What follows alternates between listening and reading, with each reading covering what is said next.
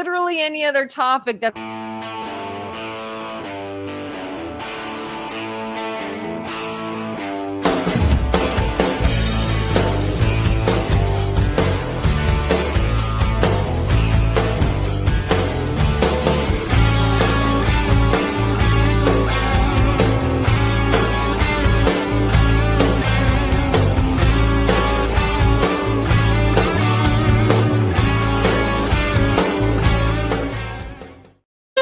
Good morning, everyone. Youngstown Stock Channel, Joe and Kelin. We're starting early.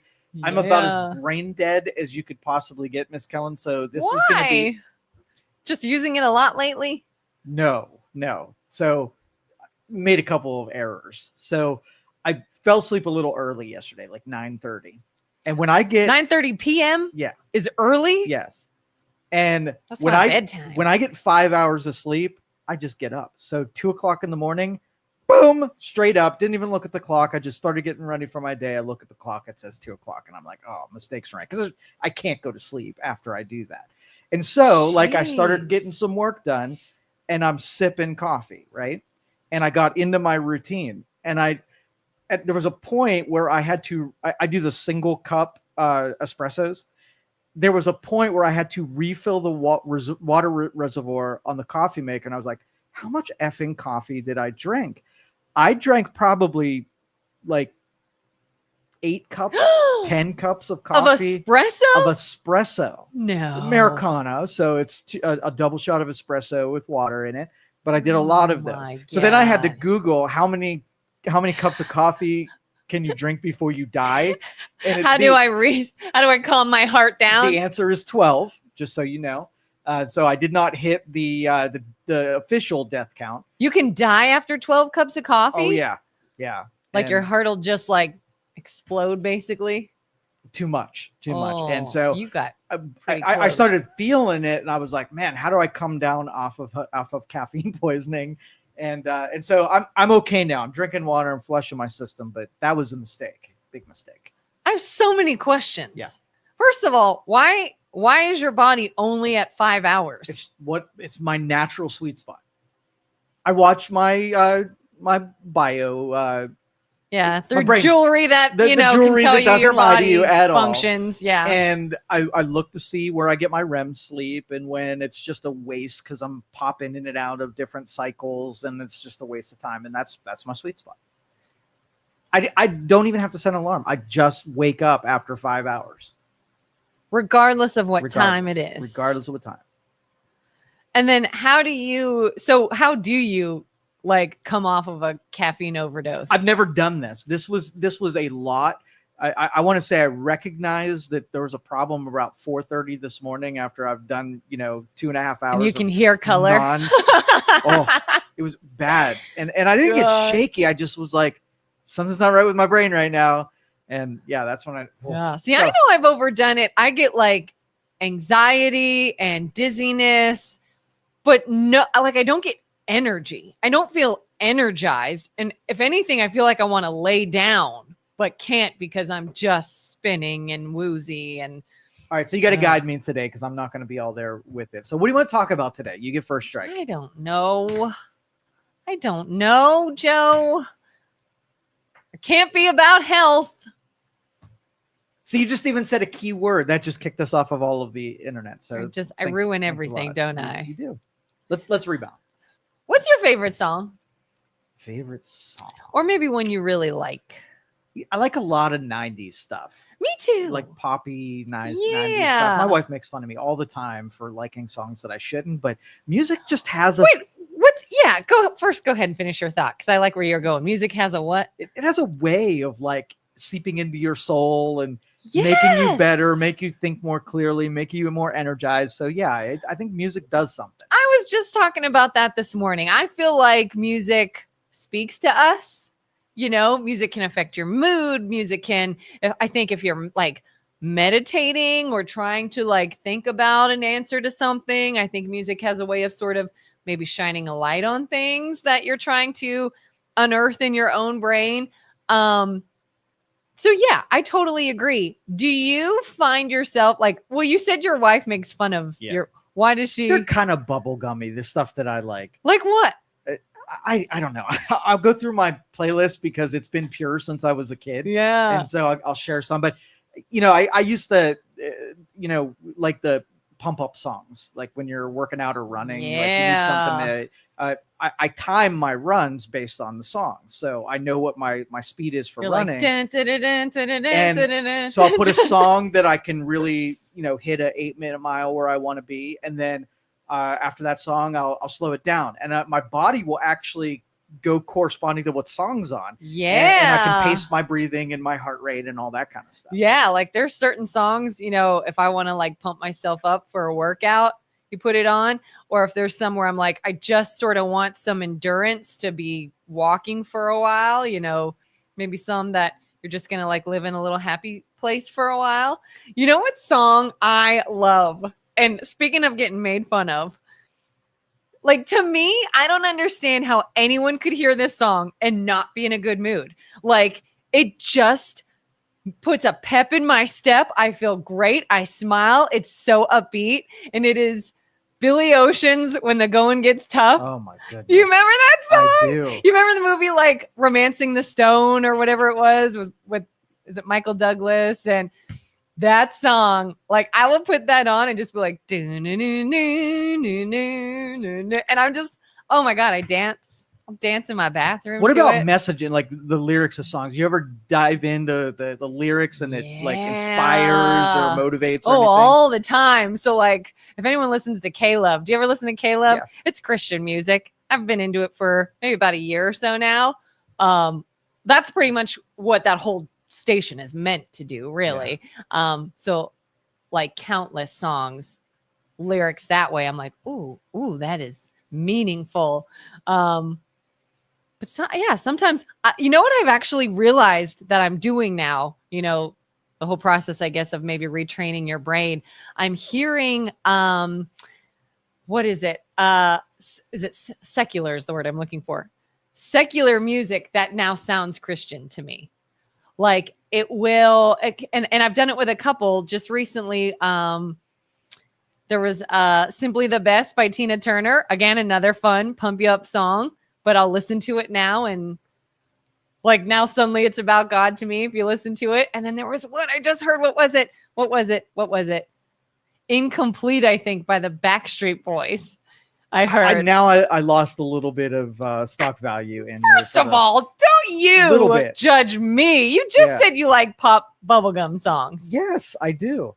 I'm not naming any of them. I have true shame about my preferences. I don't. Ain't no shame. You know what? I wore Queen today, but I was this close to wearing my NSYNC t-shirt today. I was this close. I was like, it's an NSYNC day. And I went, all right, I'll get made fun of. I'll wear Queen today. It's a good choice. It was a little cooler. It was a good choice. But oh yeah, I am a late 90s, early 2000s millennial of Britney and NSYNC and Backstreet Boys and Limp Bizkit. You like? That was kind of from that era. Yeah. And don't judge me. You know what? I feel like the late 80s, early 90s, the messaging was like it made you want to be a better person. They were thinking about the hero's tale. Like it was better, except for like some of the rap where I it made me inspired to like sling dope and smack hoes. But I bounced back from that. I started listening to stuff like, what was that song? Right Now. It's your tomorrow. Yeah. Right now. And I'm thinking, listen to that song. It's like, yeah, what am I waiting for? Is that Van Halen? Yes. Yes. You're like, let's go. Okay, Krista says that is classic. The Wild Wild West from the 90s. Love K-Love too. Yes. My son yeah, it really does. And but we figured this out as human beings back when we were just tribes. You beat a drum and you can get people frothed up to go to war and to kind of hit your mindset that way. I mean, look, like movies. Can you imagine what a movie would be like without a soundtrack? It would be like dumb. You know what we started watching recently is The Chosen. Have you watched that yet? Which is a moving show in and of itself. But I have also realized the music in it, I think, helps. Dramatic scenes where they have that music. They do that in church too. Like when the pastor's like driving his point home and they have that pad underneath the music. Like I've heard, I had a pastor one time say music is anointed, that it was created and meant to move you and evoke certain emotions and be, this force basically. And it is. And yeah, you know what else I oddly this like? This is gonna be good. I can tell already the way that you presented it. It's gonna be good. Oh, I'm just so weird because I like all kinds of music. Like I really do. I love Celine Dion. Don't you dare judge me. My Heart Will Go On will never get old to me. I don't care how many times, I don't care how many years go by. I still love it. You know what else I like? I like some songs from My Chemical Romance.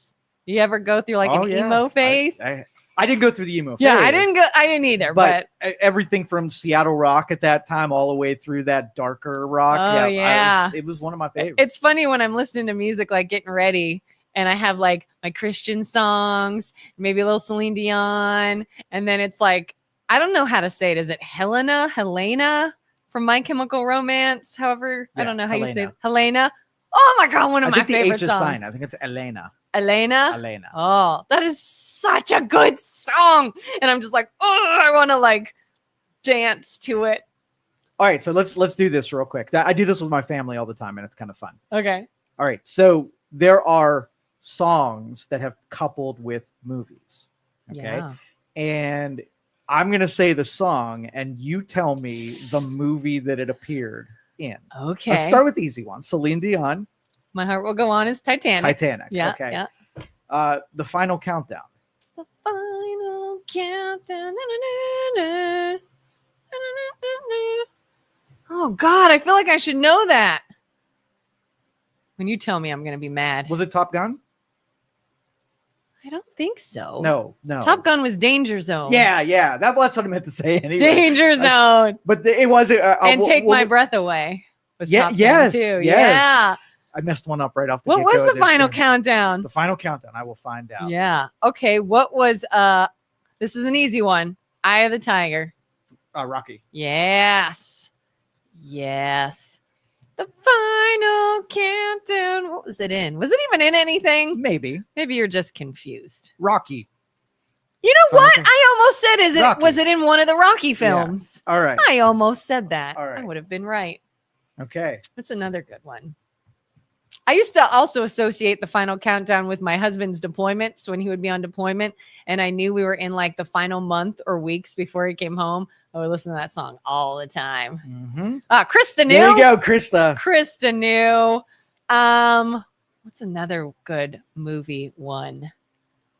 Other than songs made for the film, but just a popular song. Well, When the Going Gets Tough was Romancing the Stone. Mm-hmm. That's how I associate that, being a kid watching that movie.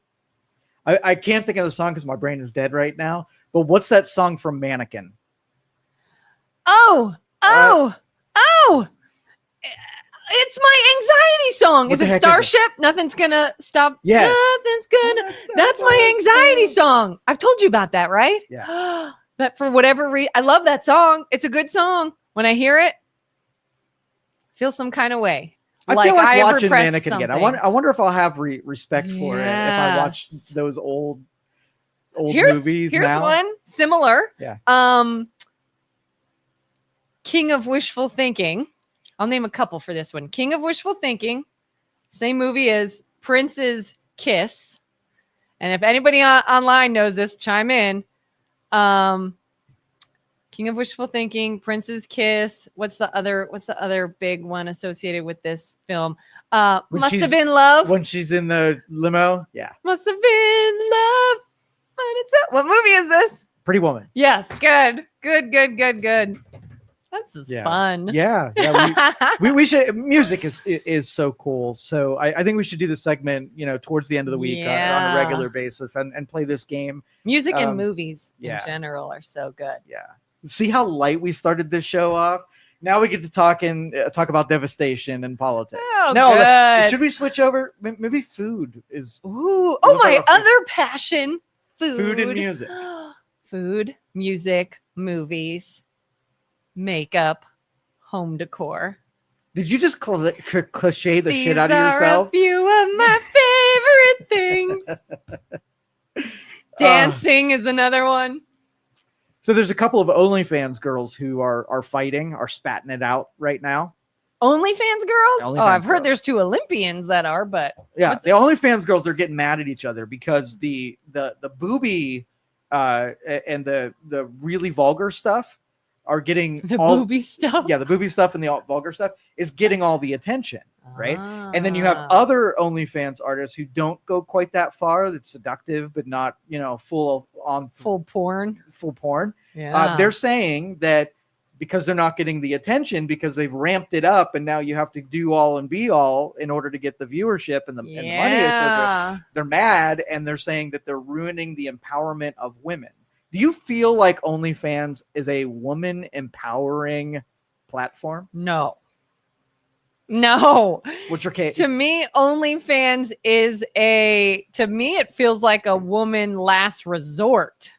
Like I want some fast money, and maybe you're hard up, maybe you're not, maybe you're just into faster, if not instant gratification.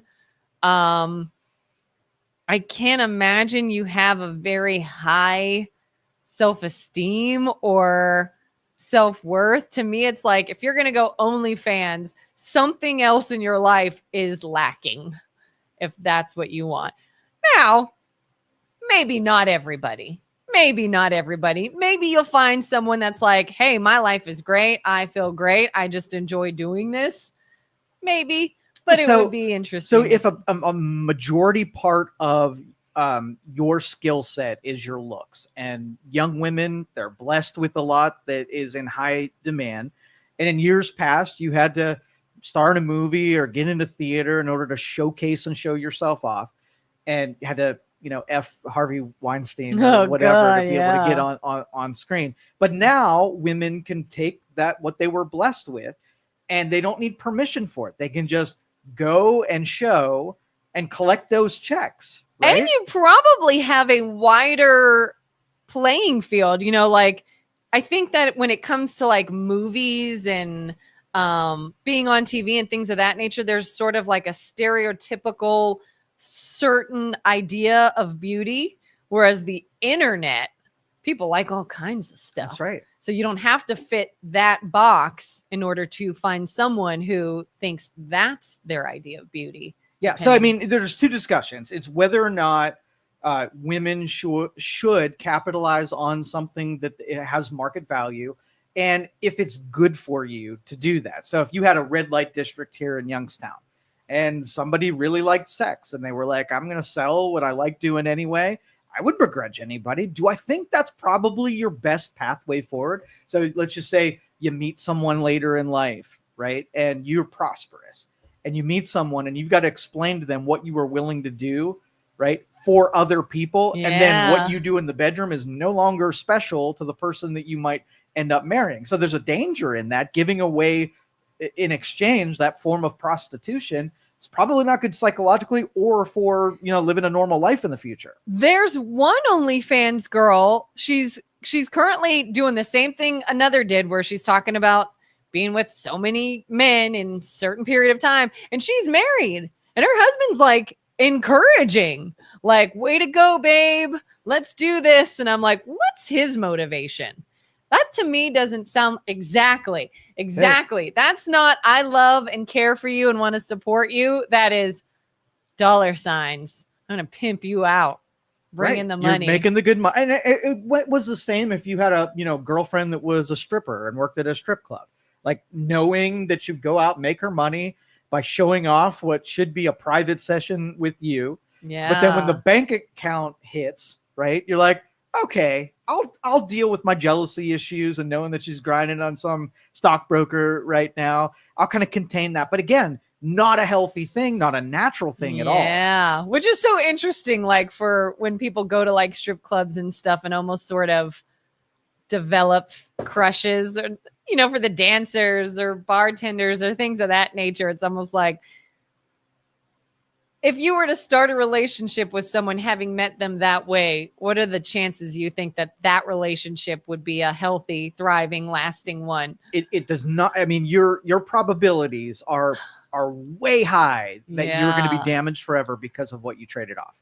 Took a special thing that should be special to your mate, if that's what the end Yeah. result is. But if you're not going to get married and you don't care about dating, and you're going to have an android robot to sexually please you, and you don't really need a partner, then sell it off, like highest bidder, make all the money that you can while you have it. But you're going to get damaged. That's my recommendation. Damaged goods. Yeah, it doesn't end up like Pretty Woman. No. I can't imagine. Well, and that's the thing. Like this, the reason I brought these OnlyFans spats, because it's the Britney Spears effect. In order to keep getting attention, you got to keep ramping up what you're willing to do in exchange for money. And the people who buy that stuff have higher expectations with the next one. So if you just go do it and think you're just going to do that, like I'm just going to do feet pictures this week.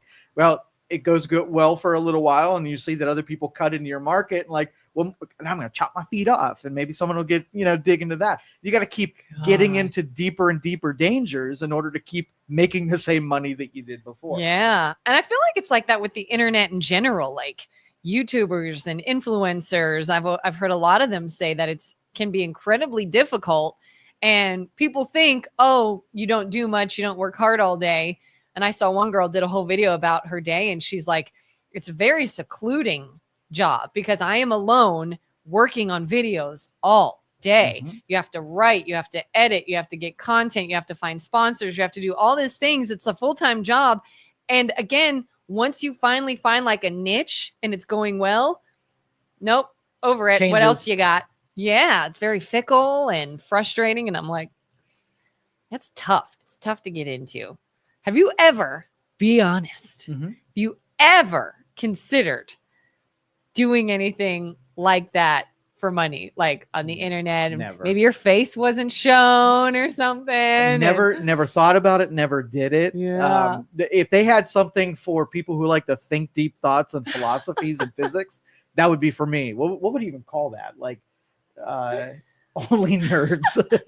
Only nerds. I remember one time when I was much younger, not that I seriously considered it, but I had a thought. I was like, I wonder, how difficult would it be to be a phone sex operator? If you don't actually have to do anything and you don't actually have to touch anyone and nobody sees your face and it's just a voice, how much money, I wonder, could I make doing that? I owned a 900 number at one time. What do you mean you owned it? I owned it.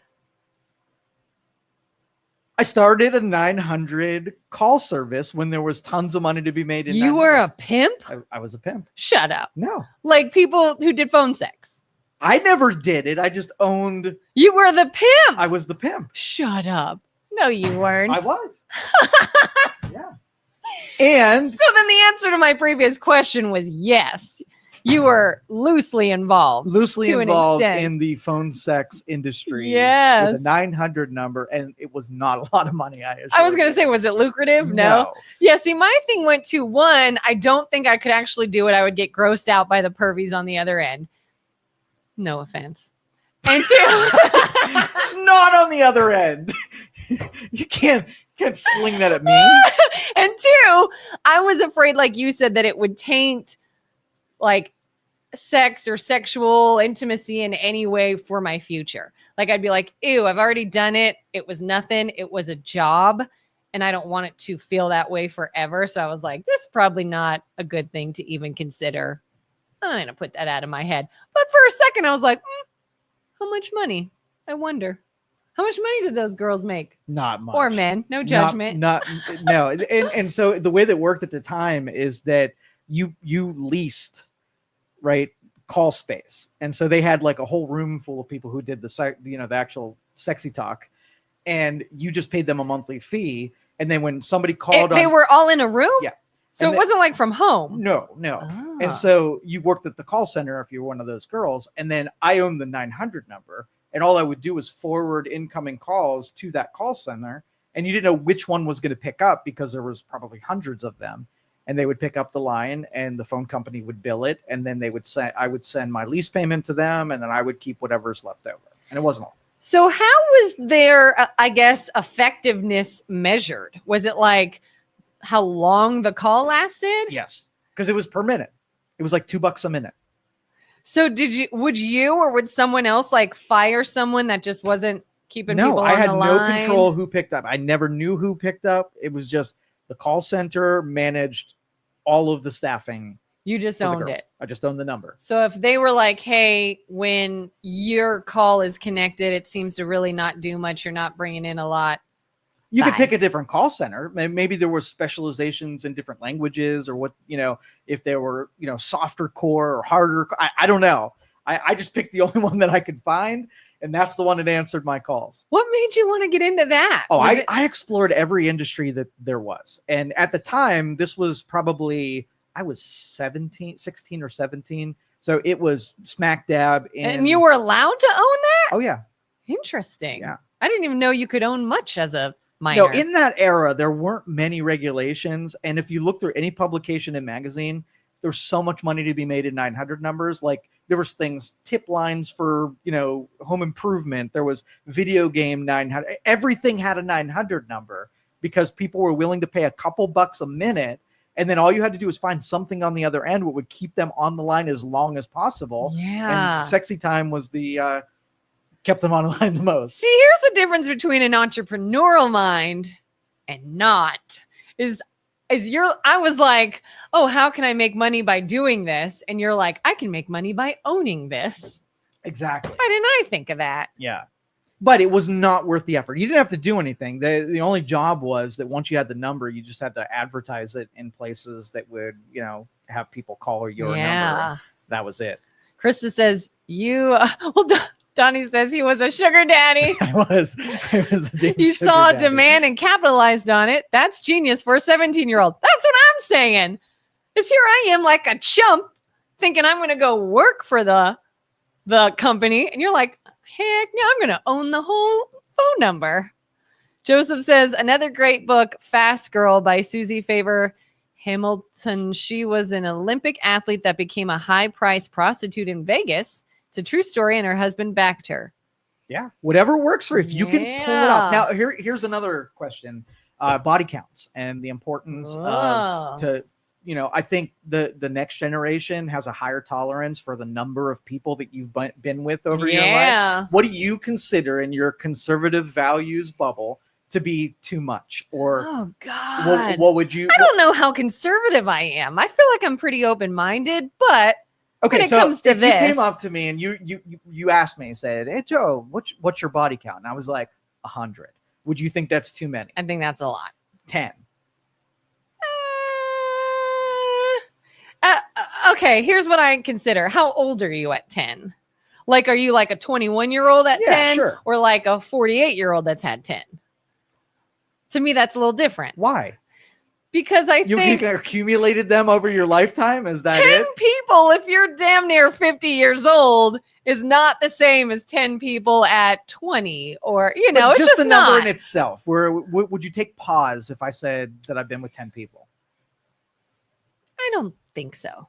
All right. What about for women? Because it's definitely a higher, they are higher and they're less tolerated. If it were 10 as an adult, I don't think I would be taken aback very much. I can be like, okay.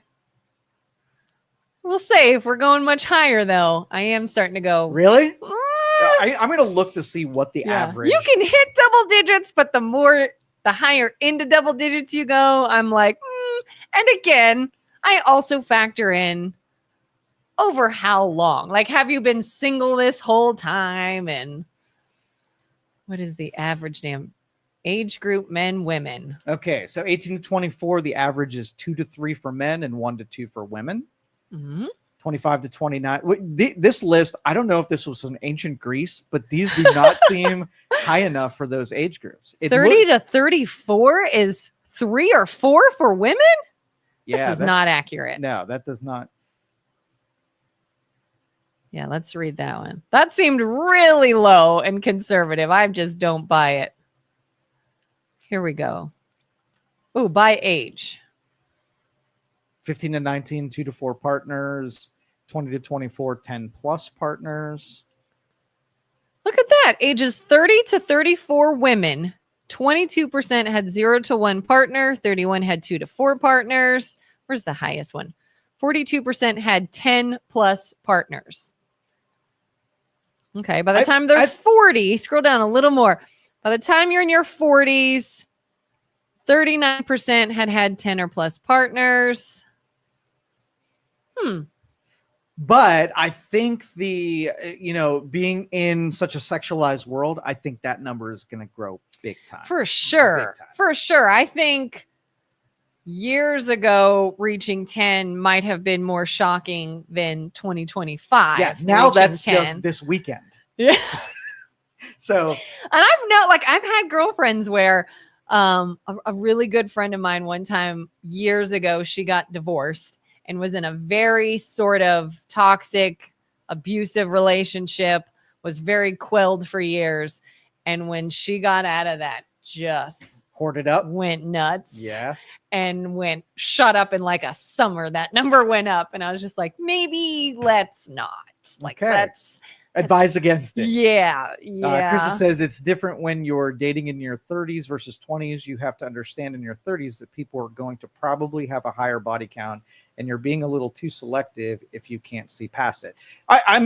There's two sides of it. The person that's accumulating the body count, and once it gets beyond 10, you're probably going to lie anyway, and there's no real way to prove it. So I don't know who somebody would proudly say. I think it would be almost like some women that stop aging at 40, and they never age another year after that. I'm 40 again. Yeah, you're going to say 10 forever just to stay in the confines of what would be acceptable, because especially men, they don't want to purchase what 50 other people have had. It's just going to be a reality of it. Well, yeah. I mean, do you think some people are they don't feel as bad about their own body count, but will still judge someone else's? We are very jealous creatures, and we love the monogamy, the psychological effects of knowing that you have one partner and you can take that off of your worries list and anxieties. Yeah. When you start getting that sex is passed around so easily, you bring up a whole host of, psychological problems with relationships in general. I'm scared to death too of, as the body count number is socially acceptable to increase,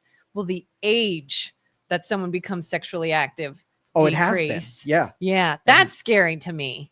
Like thinking like as a mother that my kids could be engaging in maybe dangerous activities at a young age. I don't like that. The influence is going to come from music, television, and movies. And whatever they're doing on screen is what is going to be acceptable. And if you're popular and inundated with over-sexualization, it becomes normal before it would be admitted to a parent, right? Yeah. And so your kids probably know way more than you think they do. Whether or not they've had experiences, they at least know what's happening, even if they haven't participated. Well, and I've had the talk, like at least with my daughter already. She's 11.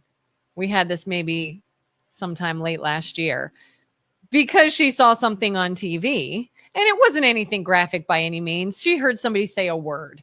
And so I'm like, I would rather me right off the bat give you factual information and answer questions, and then you see what society and mainstream and trends are doing, knowing the facts first.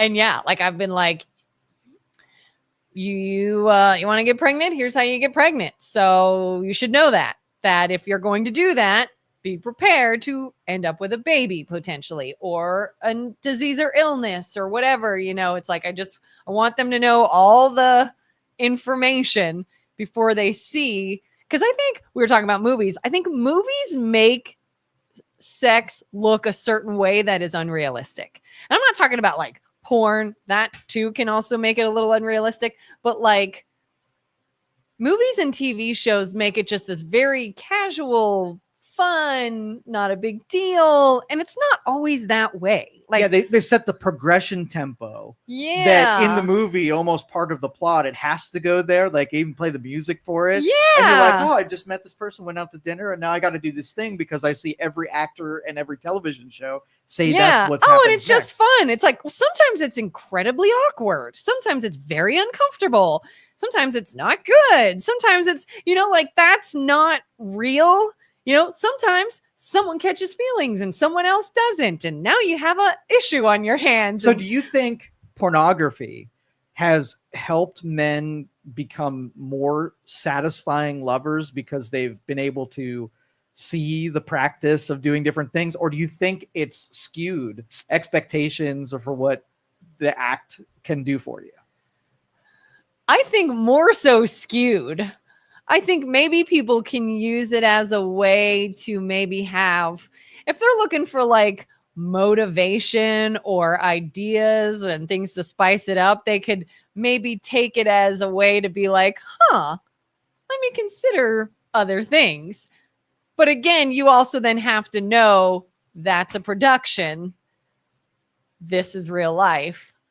I don't know if people can always separate the two, that they think what they see, that should be how it is.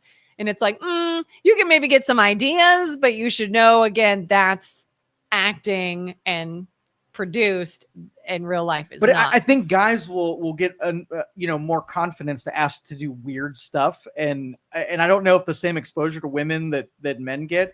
Like if if it's just like the act of sex and you're emulating that versus like asking our girl to like dress up in a costume and have sex in a litter box, right? Now, I would think that a girl would be weirded out by that, but by the time we get there, the both sides of the relationship, we're like, yep, I've seen that 100 times. Let's do that. Yeah, because the same thing, like you get in the mindset that you have to amp it up. Exactly. And that's why there's pornography of all kinds of stuff.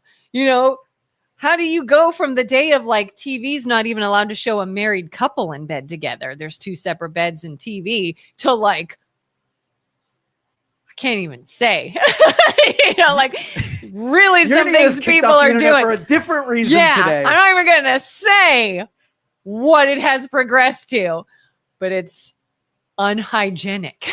And it's like, how? Like, because you got to get more, you got to get more, you got to get more. Right. It's like insatiable. And that's why, it can be very detrimental, I think, to people to look at things like that. All right. I have a question. Go ahead. You don't have to answer it. Okay. I'm going to ask the same question to you. So. Would you say, you don't have to say what it is. Okay. Would you say your body count is high, low, or average? Like low. Low by any decade standards or low by today's standards? I am such a traditionalist. 1 is the only number I know. Oh, that's great. Yeah. Mine's low too. But I met my wife when I was, 15 years old. And so like my exposure to people other than her is. And you were like, this is it for me. It. Like you weren't even like, maybe I'll date around first and make sure. No, you were like, that was not at the top of my list of experimenting with lots of different people. I don't like people in general. So having exposure to more of them was not. Yeah, I was kind of a similar way. And not that I don't want to sound like I'm judging people who experimented more. Don't be afraid. I mean, so I guess maybe I could live vicariously through their stories, but I was never comfortable. Like I was not, whereas a lot of friends, especially later into adulthood, could like meet someone and then have a one night stand. I could never. Not because of morals or judgment, just I'd be uncomfortable. I'm not like, oh, I don't even know you. Like I just couldn't get in that mindset. So mine's low. Counting my husband, mine's 4, I think. And that would have been between the ages of 21 and 25, I think. And then that was it. And just because some of my friends have higher numbers, or even if it's a higher number in a shorter period of time, or some of them started younger, like I got teased for being a virgin up until age 21. And that was considered weird in my social group. But I was just like, I just don't look at it as something that is just willy-nilly. It's something you do. Like you go grab a drink with someone, you go have sex with someone. That just wasn't to me. And if that is to some people, you do you. If that's working for you, it didn't work for me. And I didn't see it that way. And I didn't want to see it that way. And so I kept it low. And very luckily for me, I found another man who was also very low at the time because, I can't imagine in 2025, like if I were to suddenly become single again, I would be in a totally different world. If you become single again, I'm just going to buy you the sex robot so you can take that off of your to-do list. Okay. You don't have to worry about human interactions anymore. That's my gift to you. I can't imagine this world now. Cause like for me, I couldn't be physically with someone unless I truly felt they cared. Like, you have to care about me. There needs to be feelings there. Like, it can't just be a hookup and nice meeting you, goodbye. Some people can do that and that works for them. I can't. There's got to be something there. So I can't imagine 2025 with dating apps and hookup apps and internet and nobody really wanting to be monogamous because the playing field is so big. Or people do get married but still play the field, and it's just like, oh my God, I can't even imagine. A lot of my single friends say that dating sucks right now, and I absolutely believe it. I can't even imagine. But I think we are now coming into this whole generation that's all they know. That is it. So they're going to adapt. Is that a good thing? I don't know. If they asked your opinion, whether or not you thought that was a good idea, right? They're not going to listen to that anyway. They're like, no, stop. You know, the Willy Wonka, like, no, stop. Don't. And then you're going to have a lot of these psychologically damaged people, and they're going to have all kinds of repercussions. But then they're going to share the repercussions with the rest of us who, if asked, you would have told them, don't do it. But now you get to share in their peril because they weren't open to what's good, what's bad. Because now it's almost like if you say anything like, hey, why don't you think about this? This may go badly for you. Then you're judgmental. Oh, don't judge me. But see, that's the thing. I think more people should be more judgmental and do more shaming, because all that is cover fire. Of course, when you're doing the wrong thing, you don't want people telling you it's the wrong thing. That feels bad. It feels bad, but it's not our responsibility to make people feel good and to be kind in spite of, the realities that are in front of us. Just be truthful. And go ahead. I was just saying, they say that's what a true friend should be, is you're kind and you're caring and you're sort of giving them the information in a kind way, but you're still telling them. It's still good advice. Yeah. And mostly when people know instinctively when they're making bad decisions, and, so it wouldn't even, it's not a lack of information, right? Yeah. It's a pursuit of impulses and, putting yourself ahead of everyone you're about to hurt, including your future husband or your family when things go south or whatever. Yeah. And, I think that's the downfall of our civilization, is that we have taken all of the value out of sex and relationships and made them commodities. And now they're traded around where nobody thinks they're special. So if you go make them special, you got a huge advantage over people who don't. And until it gets so bad where nobody's rescuing people from the cost of their decisions, nobody's going to be inspired to do the thing that's less fun. Like, it would be a great time. Just go around having sex with everybody. Big orgies for everyone. Orgies for you. And you could be like Donnie. He says he's an unpaid hooker. Yes. Yeah. Yes. Donnie's got some count. I can feel it. And I feel like back in the day, so to speak, if somebody was sexually promiscuous, you would almost assume that they are going through something. There's something in them they are dealing with in a very unhealthy way. Today, if they're sexually promiscuous, that's just the norm. Like, I don't even know if that's the case anymore. Like, oh, do you have low self-esteem? Do you have daddy issues? Is there something going on that you're, numbing yourself to like you would with alcohol or drugs? And it's probably like, no, here's just what we do. Well, we started with OnlyFans and whether or not this is disempowering to women. I will tell you, the commoditization of sex is the most disempowering thing that women did to themselves by the free love and, whatever that feminism wave happened, because what guys will do to get sex gives an enormous amount of power to women to control the actions of uncontrollable alpha dog males. Yeah. Right? And if you give it away for free, you lose a lot of those. You make men worse because they get it easy. Why would they try harder? Why would they, shelve their impulses? Yeah, I think a lot of people, especially when you're younger, used to think that having a low number or being a virgin was almost embarrassing and you're not cool, maybe.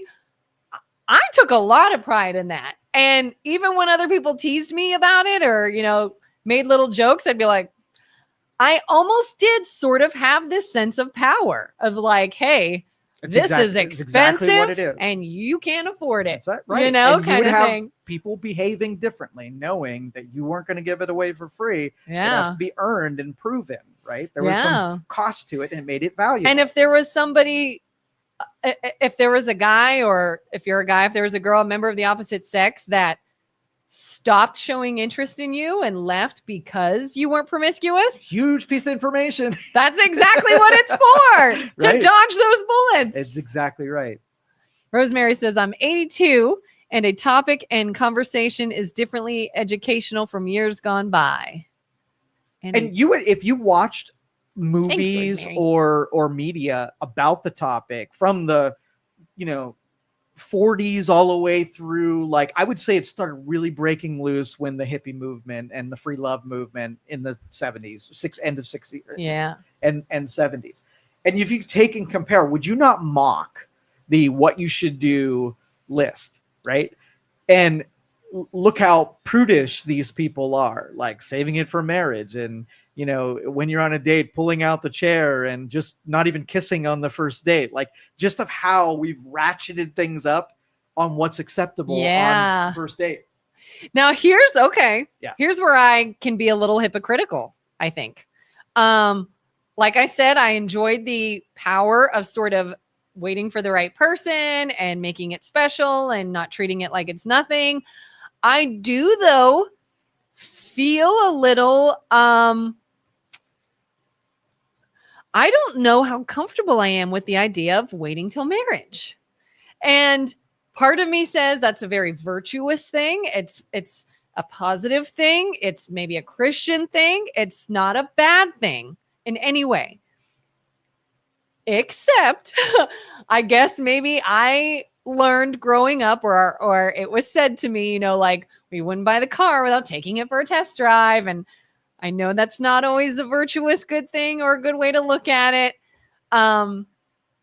Same with like living together before marriage. Some people are like, you do not live together. You do not sleep together before marriage. To me, it's like, if I can in any way check off something before marriage that I know has already sort of been tested and is going to be okay and is not going to be an issue down the road, maybe the like planner in me wants to do that. But what if you're wrong a lot and all you do is ratchet up? Isn't it not the same thing? It's not randomized. It's for a purpose, but you're still test driving. Yeah. And you could have a 20-person body count. And you were just wrong 20 times. Yeah. You're like, sex is still special to me. And I thought he was special, but then we did it and it wasn't. Okay. So it's still special and maybe he's special and then we do it and it's not, and then when what if they're bad at it? What if they got a weird hooked endowment? And what if they're not, up to par in all the places? Yeah. So I can see the argument that you're kind of tested out. And I knew someone where they were married a while and ultimately got divorced. And that was their one issue, their one and only, like it was real bad, with a lot of issues in that. And it finally got to the point where it's like, is it virtuous to just, I made a commitment to this person till death do us part, and this is just going to be our life? Or is it, you have one life? I could not imagine. One life. I could not imagine the responsibility on the woman's side. So the guy was bad in bed? The guy was the problem. Not just bad when it happened, but never, ever, ever wanted to. Ever. Oh, low libido. Okay. No libido. Not with her. Okay. Magazines were fine. Really? And videos were fine. So he wasn't attracted. So they've got shared responsibility. It was to the point like, God, I hope this person never sees this. But could you be shallow enough that if you hit marks in every other department, total compatible, loved each other, really like hanging out they together, were best friends. and the only thing that you couldn't get done was the sexual side of things. Would it be better to, since there wouldn't be any jealousy, they don't want each other romantically, to let that person stray to get that part of it for the marriage? She actually proposed this idea. She said, look, we are best friends. We are great together. We have a good life and every other aspect but this.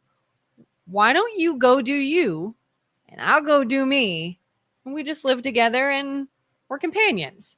And he's like, no, that's not a marriage. I don't want to do that. And he wasn't straying with other women. It was just other vices.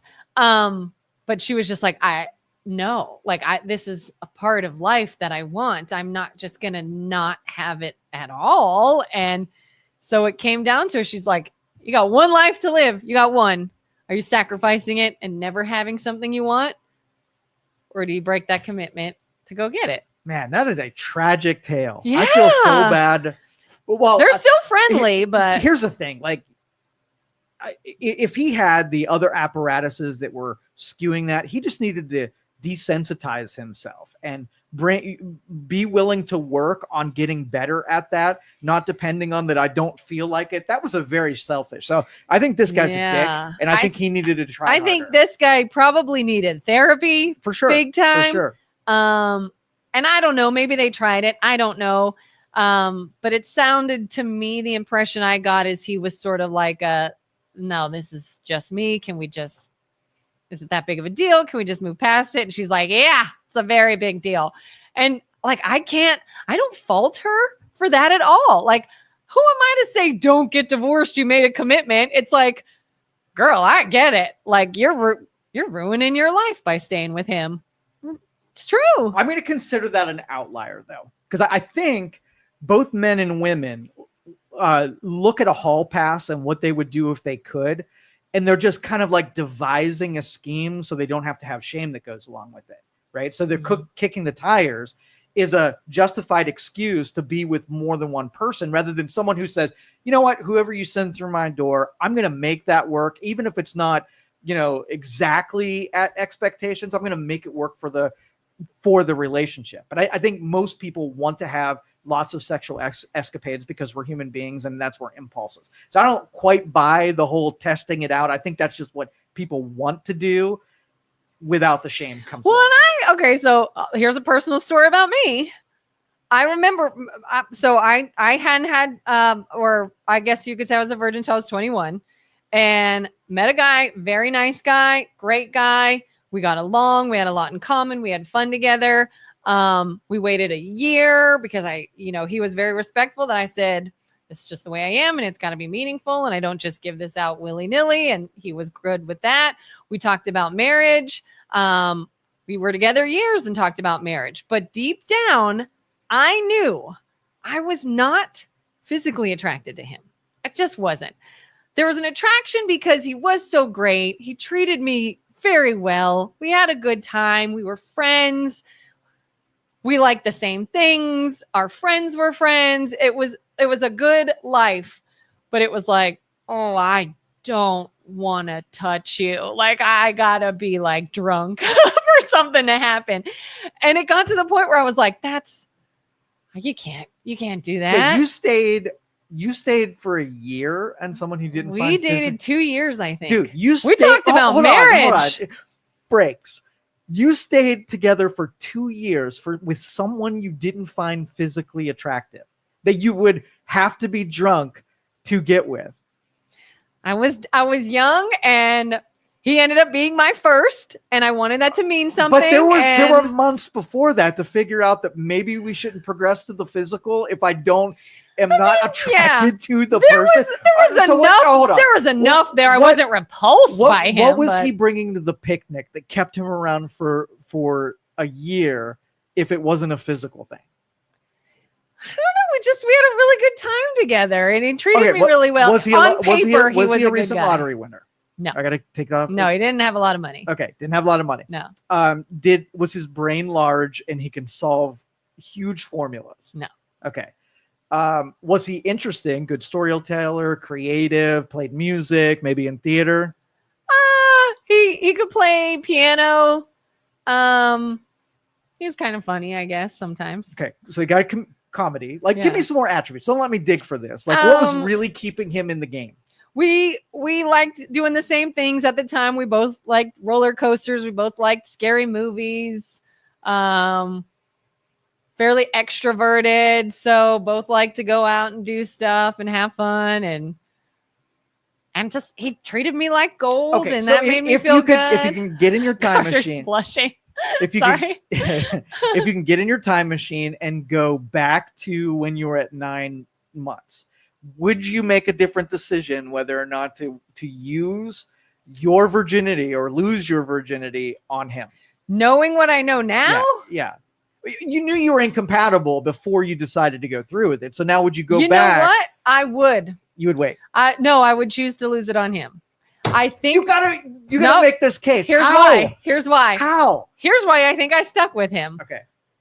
Like I said, I needed to feel special. I needed to make my first time about emotion and love and caring, not like let's go hook up in the back of a car and then it's over. It had to be meaningful. It had to be nice. And he did everything to do that. You know, like he even, when we talked about the possibility of this happening, like redid his bedroom to make it a nicer room because he had a bachelor pad apartment, made it a nice kind of grown-up room. He like took me out to a nice dinner. He made like a playlist of love songs and roses. Like he did everything he could to show like, you are not the kind of girl that just gives it away. It's got to be meaningful. And to me, I was like, this is a respectable person. This is a person with good morals and integrity. This is someone that I know is going to treat this as something that is as special to him as it is for me. Not a scumbag that's just going to be like, we did it. And that's what I wanted. Okay. And even, and I got a good person. I wanted a good person to have that with. Can I tell you the kind of advice that guys get from uncles to tell how to do this? Because yours was wrought with lots of reason and whatever. Yeah. And so I'm going to use an accent that's not even in my family, but this is how stupid it is. Ready? Okay. Well, Joe, I want to tell you, you're going to be bad at it at first. So you want to go get yourself a moped.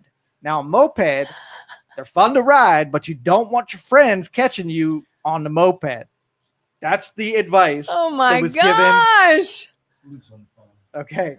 Oh man, he's probably sitting there like, come on. Answer my phone call. That's Sorry, the we didn't see you, advice Luke. is you get the first one out of the way with someone who you do not want a relationship, somebody who will get that one checked off the list, so then you can get So we had total opposites. yes, because guys are terrible. Guys are terrible. Speaking of which, let's take Luke's call.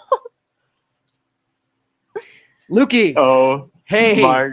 I have so many questions for Kelin. I was like dying to call it and ask. All right. So Kelin, Yes. let's just get this straight. Let's just clear this up. So you were dating a guy that you were not physically attracted to. That is what she said. Right? Yeah. That's what you said. Yeah. However, you ended up, Intimate. because he was nice to you and decorated his bedroom.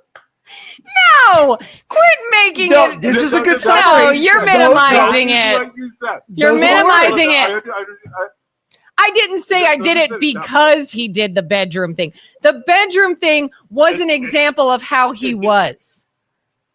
It's not, you redid your bedroom, now I'll do you. That's not at all what happened. Listen, you prioritized your list. So you told me the important things, and what you said was he was nice, he wasn't going to be a dick, and he rearranged his bedroom. He's just repeating your words. He was nice. He made it important to him. He saw the value in this, and one of the ways he showed that was making it a nice atmosphere. One of many ways he showed it. Can I ask, did you break up with him? No. Actually, he dumped you. He did. So he God bless this guy. So this poor ugly guy listen, messes around with this hot smoking girl, and then he dumped her. He got what he wanted. He ends up No. Score one for the good guy. It wasn't like Don't let Luke write this story. Correct the record. We had a very good conversation that he verbalized that he knew I was not into this and that I was trying, but clearly I'm not into this. And I think he found another girl that I think he started talking to before he officially broke up with me. Joe, I have a theory to this, Joe. My whole theory to this is this dude played Kelin like a fiddle. He's like, I'm gonna act like a really nice guy for 2 years. I'm gonna fix my bedroom up. I'm gonna get her right where I want her, and then I'm gonna dump her. He played her like a fiddle. And we still dated a year after that. No, guys play the it for a no. year. If there is sex at the end of the finish line, you will play the long game to be able to get there. You see what kind of control? No, he didn't get it very often. Like, no, I could see him being like, I'm clearly never going to get anything because I wasn't into it. I just wasn't, because I wasn't attracted to him. And he eventually was like, all right, this isn't going to work. Today's show isn't about me, but I'm just going to say I'm kind of the total opposite of what Joe is, because I kind of worked on a cruise ship and all that other stuff. We could talk about me another day. You guys have me on. We can talk about my experiences and how I was in my 20s, but it wasn't very good. Is your body count double digits? What's that? Is your body count double digits? Oh God, yeah. Was it? Oh God, yeah. That is. Was it double digits before the age of 30? That's it. Yeah. Man whore. You're a slut. The cruise ship. Cruise 2.5 ship years of slut. my life. Let's just say that. I mean, if that gives you any sort of indication what happened. All in my right. Well, 20s. now we got to ask. Now you left it open. Did you ever get a disease? No. Okay, well, you're lucky. Not that I know of. Not that you Not that I know of. of. It's probably cleared up. Oh, you know Cleared how many up by girls? itself. You know how many girls have mean, diseases because the guys didn't know? I'm not gonna lie. You know, Kelly, you know this. Like when your wife has a baby, they do those tests before. Yeah. You know what I mean? Like when they have babies, they do like a test. I was sweating a little bit. I'm not gonna lie. You were like, oh, thank God. Yeah, yeah. But like now, here's the thing. I was like that in my 20s, right? I was totally out of control. I was totally, like just like a complete meathead, just all that stuff, right? And then this is traffic. And then met my wife. I was just gonna say. Well, to be honest with you, I got a DUI from my partying. I got a DUI. I was like, okay, this is a wake up call for me. Met my wife, and then the rest is history. And decided to calm down. And if it wasn't for Maggie, I'd probably be dead in a gutter somewhere. To be honest with you. Yeah, So, and then you met someone that was special, and that, yeah, So absolutely. It took that, so. You met someone that it was special and it was meaningful. And did it then did it feel differently with her than it did with the people when you were in your 20s? Oh God, 100%. Yeah, I dated a bunch of different girls in my 20s, and they were all stricken. You know what I mean? And then you meet Matt, and I met my woman. Did you ever? This is what I've been looking for. Did you ever sleep with someone even though you were not attracted to them? Because I feel like guys can do that more easily. Yeah, I mean, it's 2:00 in the bar. I mean, yeah, that's it. Okay, wait a minute. So you're giving me crap for attempting with a very nice man with integrity that is good for a relationship, but you did it with someone because you were drunk at a bar and you didn't have any attraction to them. 100%. 100%. Yeah, I wasn't denied. I didn't deny it. I've never denied that. You were just saying, yeah, he's giving me crap for attempting to have sex with a guy I wasn't attracted to, but in a relationship with, when he said he would sleep with girls that he wasn't attracted to just because he picked them up at a bar. Boys are different. Boys are different. Boys would hump a doorknob. Doesn't matter. So, Joe, boys are so different. Most boys are girls. Let's say that. At least back then. I don't know how it is now. Now. Is this what I hear? It's totally different now. And like you were talking about, I always said, like, at least me, I am, instead of back into the dating scene, I'm going to buy a boat and just go fishing every day because I don't think I could survive that. Yeah. Stay married because the dating world is awful. Yeah. Whatever you do, don't screw it up. Could you imagine? Like, there's no way. Joe, could you imagine? Like, there's no way. Like, and everybody all in our 40s, right? Kellen, I don't. All right, Luke, I'm going to let you go. You're breaking up a little bit. Thanks for calling, bud. All right, I'll see you, buddy. All right. All right. It sounded like he was going to say, I don't know how old you are. I'm 41. So I'm in my 40s too. Yeah. Yeah. You got some prime time ahead of you Low still. number still. This is what we need to do. You've owned the 900 number. Yeah. We need to start a dating app. And maybe we vet Listen, people. That shit is so for free right now. You can't make money at that. We can if can't. it's high quality. This is not Tinder. This is not hookup.com. This is people who are serious, who want relationships, who want meaning. Yeah, and then right We after vet that, 'em. we'll start a news channel where it's just the data, and then cry to each other when When we it doesn't produce a work. product that nobody wants. We can't sell it. We want people to want it, but that's not what people are after. Krista says, this topic is fun. I met my husband on a dating app. He's an electrician, and I happen to need light fixture. This sounds like the beginning of a... The electrician came This is the over, plot. replaced so that dating app doubled as Angie's List, and my now husband discovered my love language is acts of service. I forgot my checkbook. I can't pay you. Oh. I'll give you a good review. But Sorry, that's Krista. Pretty Woman, like came across someone and the way you met now, and Well, they on the dating apps, the reason that also doesn't work is because since you have an unlimited supply of people who you can pick, women key in on the 1% of people that hit all of their check boxes. And since there's an infinite amount of them, the other 99% are looking around like, what about me? So an average looking guy, when you only had to choose from the people that lived in your own town, could manage to find somebody, but the dating apps open way more options for women and they can be more picky. And I'm interested, Krista, when did you meet him on a dating app? Is this like a couple years ago? Is this like 10 years ago? Because I wondered too if it's just getting harder. Like maybe meeting someone on a dating site several years ago might have been more effective than meeting a good quality relationship on a site now. And now you have sites that are specifically for hooking up if you're already married. Like what's it called? Is it Dolly Madison or Molly Madison? Dolly Madison? That's the donut. That's place, the donut place, but it sounds like Ashley Madison. Ashley Madison, Yes. yeah. Where isn't that for like married people to hook up or something? Yep. So now not only is it difficult for the single people to find quality, but they're now reaching out into the non-single people. So now you're even in that pool. You're screwed. Oh, it's 2018. So not a super long time ago. The algorithm was bad back then. I can only imagine how bad it is now. Yeah.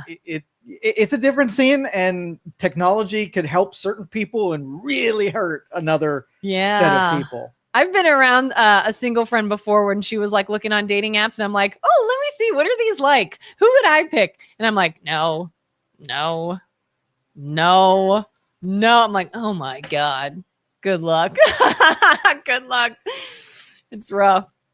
So do you think then people need to sort of lower standards, or do you think regardless of how bad it gets? No, I think standards? your kick the tires thing is I don't think family focus is a thing that's going to be anymore. I think that's after you have I'm going to go to college, but I'm going to spend a couple years finding myself. And through the finding yourself, you become a brand new person on the other side of that. And I think the whole hookup scene has taken a priority over finding your relationship, especially with the next generation.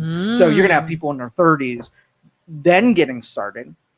And then we're going to launch the dating app called the Zero Body Count app. Okay. So you can take all of these people who sacrificed their virginity time and time again and key in on the ones that didn't do that. And it's only going to be exclusive to that. Because that might be a big, valuable thing. You can go around and prove that you're a zero body count.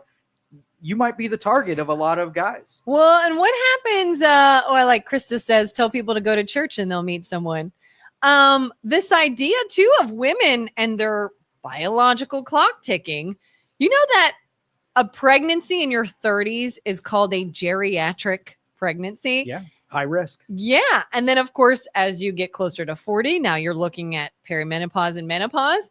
Do you think we would have to do something to sort of stave off the woman's biology if they're like, hey, well, I do want to have kids, but we didn't really get serious in a relationship till our late 30s. Oh, this is interesting. This is technology. So I believe it was Japan, and they have a robotic, what are you going to call it? A gestation. Like a birthing suit or robot? No, a robot that keeps it proper temperature, gives it everything. Incubator. An incubator, yeah.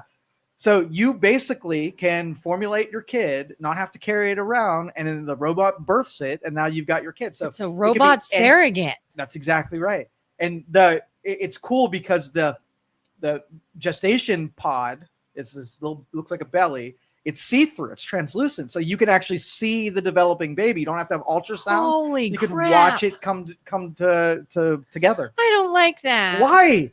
It's an answer to what you just said. Oh, well, you have surrogates. So that's messy. There's gotta be. Listen, I realize this is just naive, but there's gotta be something about being in a human that is beneficial. It doesn't have to be your biological parent, but you're receiving a human being's touch. Right when you graduate high school, what happens? They go in, they take all of your eggs, ovaries, just dump them out, right? And now they have all of your eggs, and then you put them in your little special containment unit. And then when you're ready, you hit a button and it rolls it in, and then you scan some sperms that you'd like to, mate or match, whatever. And you're scrolling, you find the person that you want your egg to marry in the sperm. You hit that button, it dumps that in. You pay your $25.99 for that egg or that sperm. It goes into the little gestation pod. It cooks it for as long as it takes in the pot. I don't know if it's shorter or longer, if it's the same time or not. And then you have your baby when you're absolutely ready for it. Think of how many problems that solves. You'd have to, it's interesting. And I mean, I'm sure it's appealing for couples with fertility issues and things of that nature. I would be very, very, very interested in seeing data, which I won't be around long enough to see it, but any issues between a child born from a human womb and a child in a manufactured incubator. It can all be simulated. It's be 1-for-1 analog. Now, physically, maybe. I just wonder what let's just mental say, issues. Let's just say that this pod exists, and then you do have infertility. Somebody's got bad eggs and whatever. So now you got only eggs, where girls can go and take their primo eggs and sell them to whole groups, so they can put them in their little pod and have their little babies too, without ever having to do the whole relationship thing. I'm sure there's a black market for like embryos. But this would be easy because remember, everybody gets their stuff removed when they graduate high school. So you're in the major database. They could just start creating versions of you, right, at your whims. That's weird. No diseases, right? Because you don't have to have copulation. You don't have any of the hormones that ruin a woman's life later in years. Can you choose to? Like, if you're like, no, I want to see what pregnancy is like, can you choose to just let me try to go this route so I can get that experience? Sure. Those would be all those old people that you wanted to be pregnant. You did it manually. Enjoy your stretch marks. Ow. That was a Valley girl. Thank you. Because that's what they're all going to be like when we're dumber in the future. Okay. Krista says, had my first at 39, now pregnant with number 2 at 41. Oh, congrats. Find yourself before you look for a partner. Don't worry about the biological clock. I'm concerned about young kids needing to put a title on their sexuality early on, like before they understand their impulses. Yep. Yeah. Does it feel like people nowadays at younger and younger ages are trying to find their title, I guess, their box, I'm this. And it's like, no, you're 12. Like, here's what I am. And it's like, you're. Go secularist. No. Go, the self-discovery and putting yourself ahead of everybody else and following your impulse and whims and giving credit and removing shame. Like, they ruined us forever. I remember my daughter in her bedroom one night crying and upset and talking to us because a boy, quote unquote, cheated on her with another little girl. And I'm like, you're 6. You guys are 6-year-olds. Like, what are you doing? No. Like, go to school and be around little friends on the playground and learn at school and come home. Why is this already relationship drama and cheating on? And she would even tell me, oh yeah, well, so-and-so, they were being mean to her because she likes girls and she's a lesbian. And I'm like, how does she even know? Maybe she knows. I don't know. As kids. But I'm like, go to school. As kids, what you see around you is what you emulate. You do the kitchen thing, you play army, you have the dump truck, like you do the things that you see. So little kids, when they role play, they're learning how to be sexual creatures. And if you can't go drive around and not see a billboard or a commercial or hear it, don't think you're not going to role play through it, because it's that contagion, that social contagion. Yeah. And that's kind of why, and we're going to now probably get into some controversy, but when you hear these discussions about things like drag queens reading to kids at the library, or books that are sexual in nature being in schools and things like that, people always want to be like, oh, well, if you don't like that, you're not accepting of other lifestyles. And it's like, I don't care if it's a straight couple talking about these things. Like, why are our children dealing with sex and relationships and cheating and their sexual orientation? And like, I just kept saying, like, just go to school like that. Why is this a thing in your school day right now? You're in elementary school. Like, you got years ahead of you to worry about who's dating who and who got cheated on and what their sexual orientation is. Like, oh my God, show me your math test. When's your next spelling test? I can't believe this is our problem in our conversation at such younger and younger ages. So if somebody called you a trad wife, would you be insulted by the trad wife? I don't know what that is. A traditional wife.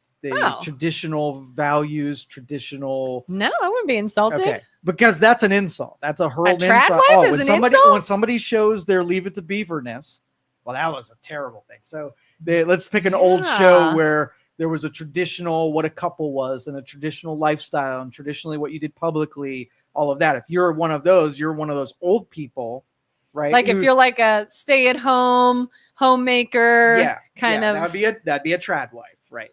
And so your values of you don't want your kids to delve in the exploration of sexuality when they're 8 years old, right? You'd be a trad wife. Like, come on, they need to explore that. Let's not only let them explore it, let's encourage I'll that be exploration. a trad wife all day long, if that's what that is. Yeah. Like, my daughter told me I was becoming a crunchy parent. Oh no. And I was like, what does that mean? Because we talk about health and wellness, which you can't talk about on the internet. She didn't say that. Yeah. But we started talking about some changes and making sure we have better food in the house and exercising all the time and things of that nature.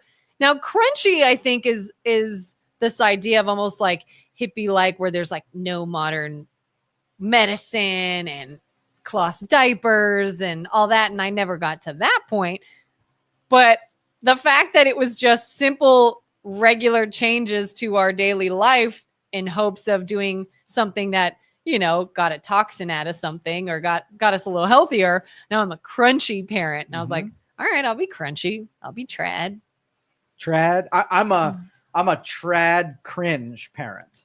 You're cringe? My kid loves to point out how I cringe. But because he said that, I have to amplify that now. And so I tell dad jokes to everybody. Like, I play the part. See, I've been cringe. So your cringe is because you tell dad jokes? Oh, yeah. I cringe my kids out because I dance. Like, speaking of being a negative impression on your kids, sometimes I'll play that song Booty Work. And I'll like dance in the kitchen to embarrass them. Can you drop me off here? Let's not go in front of the school. Can you drop me off at the corner? God, stop it.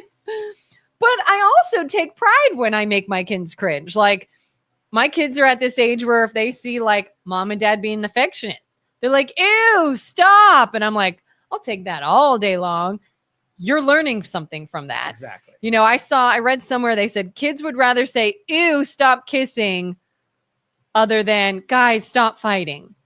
Like I feel like I grew up around a family that if I saw any physical affection, it was weird because It was so but rare. no kid wants to see their parents Smoochy. doing that at all. Smoochy, smooch. Or my husband Yeah. will like make comments like if I like bend over, he smacks my butt. They're like, Dad. And he'll be like, what? That's my wife. Look at that. And they're like, But you've taken something in their domain and you've moved it to the cringy, and Yes. they don't want a picture that you do the same things that they do. It's not cool anymore. cringe them out. Cringe them out. For sure. Krista says because adults around them talk about it a lot. It's not the books; they're staring at screens. I will go with that. I mean, you put your kids with Instagram and Snapchat, and they have seen some things, and they know about ideas that you do not know they know. That algorithm will feed them exactly what they like, and guess what? A teen or a puberty going through teen, what are they interested in? That's what they're seeing. You know, it's scary. It's scary. I've been trying to keep my kids from like social media and internet stuff, and they still see stuff. Scott says, good morning. Hello to Luke. Bill Clay, Hans Grober says hello. Okay. All right. So let's talk a little bit about politics, because there were a couple things, but I wanted to make sure the majority of the show was about sex, like and the deviant nature. You're welcome, everyone. Yeah. We still made it interesting. Michael, I don't know how you make a segue from sex to Michael Ruley, but I'm going to attempt it. So Michael Ruley in the news. He's gotten some negative press here lately. And did you see the gamble bill that is authored by our sitting congressman? No. Okay. The gamble bill. So the gamble bill is using some of the taxes off of the gambling industry to pay for ICE, right? They're funding ICE because of the ramped up nature of what the Trump administration is doing with deportations. They need many, many more assets, physical assets, and also agents. And so his bill is to put more money into the ICE budget. So from gambling income. Yeah. So the sin tax of gambling going into deportations.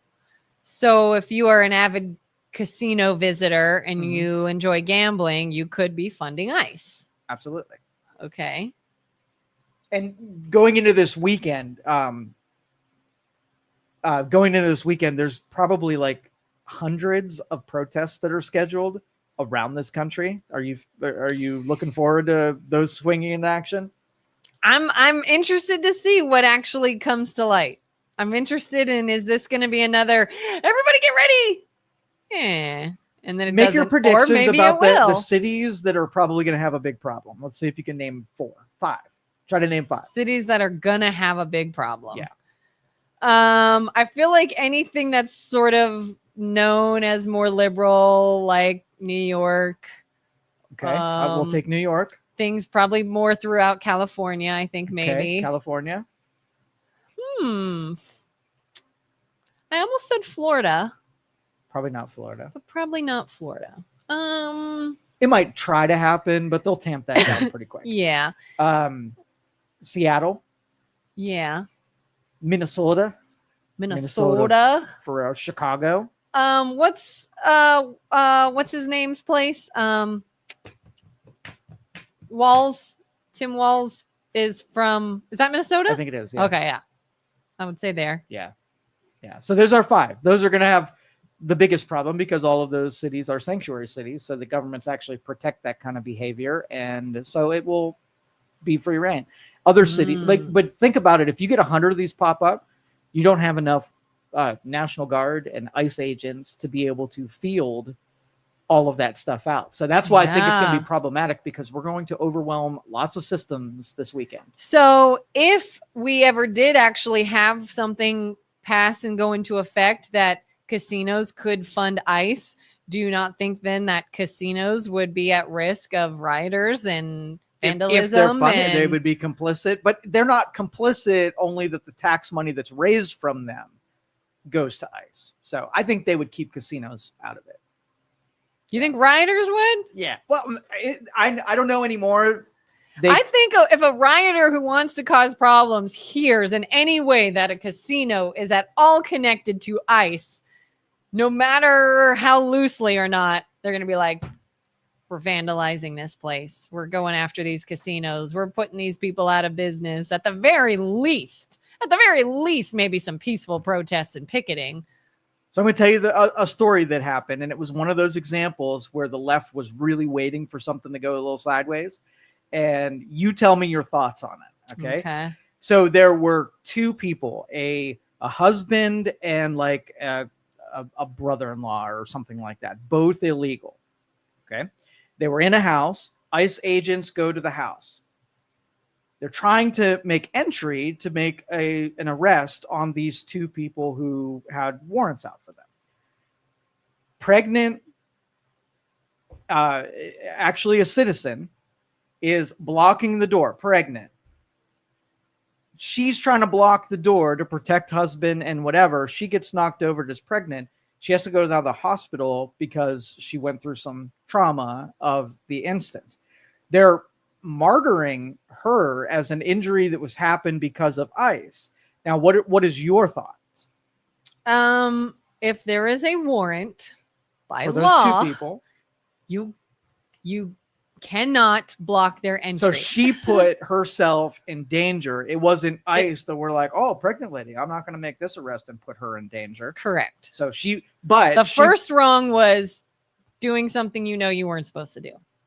As a wife, though, would you not want to protect your husband? And would you not block the door if you thought your husband was going to be arrested? I wouldn't like it for sure. I would probably, I can't say I would do nothing. Would I say, hey, this could be physically harmful to me to do? I'm probably not going to do that. I'm not going to physically put my baby in harm's way because I don't like something that's happening. I personally would not have done that. That is dangerous. And I can't see a scenario where the ICE agents actually assaulted a pregnant lady on purpose. It's more likely that she put herself in between herself in between them, and she, it's an arrest. I've seen enough Law and Orders. I got to read something to you. Okay, all right. My brother sent me, but yeah, it's the same. Patricia says Chicago and Minneapolis for sure. Scott says the MLO bros, you have no idea how much I needed that laugh this morning. Have a good day. Thank you, Scott. Appreciate it. This was a fun one. Like it really was. So I got this from someone on Instagram and I almost sent it to you. It says, this is supposedly, it's a screenshot. It's a copy of a document that is the CIA's riot guide from 1983. Calls for agitators to, quote, create a martyr for the cause by leading the demonstrations into a confrontation with authorities to provoke riots or shootings, which may cause the death of a protester and then use the death for bigger riots. I know that's an industry. All of us conspiracy theorists know they do this on purpose, right? Yep. And you would expect your law enforcement to embed themselves so they can gather intel and whatever, but you don't want them to be the reason or a strategy to make a riot happen. Who benefits from that other than chaos? Yeah. And it's sort of like, which I know is probably easier said than done. But if you truly feel like there is a wrong, it needs to be righted, this isn't fair, this is out of the norm, whatever.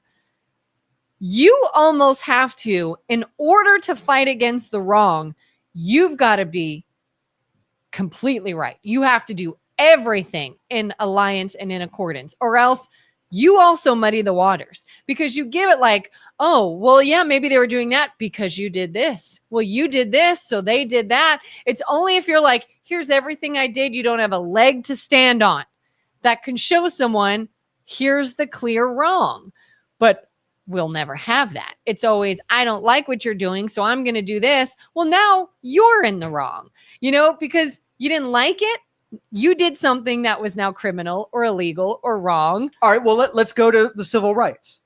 Okay, so if you didn't have mass protests in the civil rights era, and you would think that that was a noble cause, and you were absolutely right that there needed social change, and you had to go to do illegal actions in order to push against the status quo, that movement doesn't happen.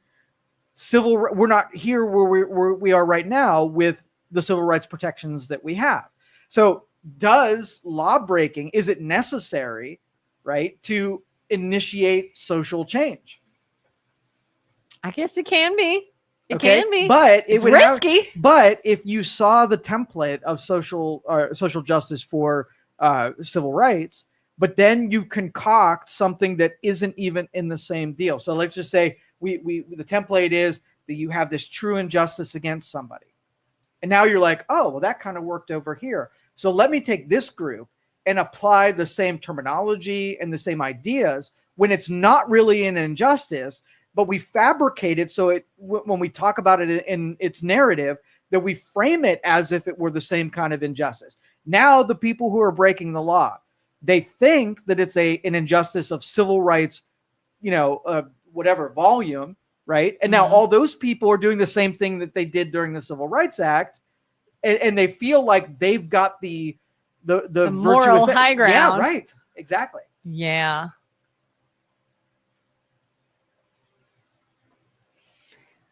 Can you also still, though, maybe break a law and push back against something in a necessary way, but not cause harm to other people?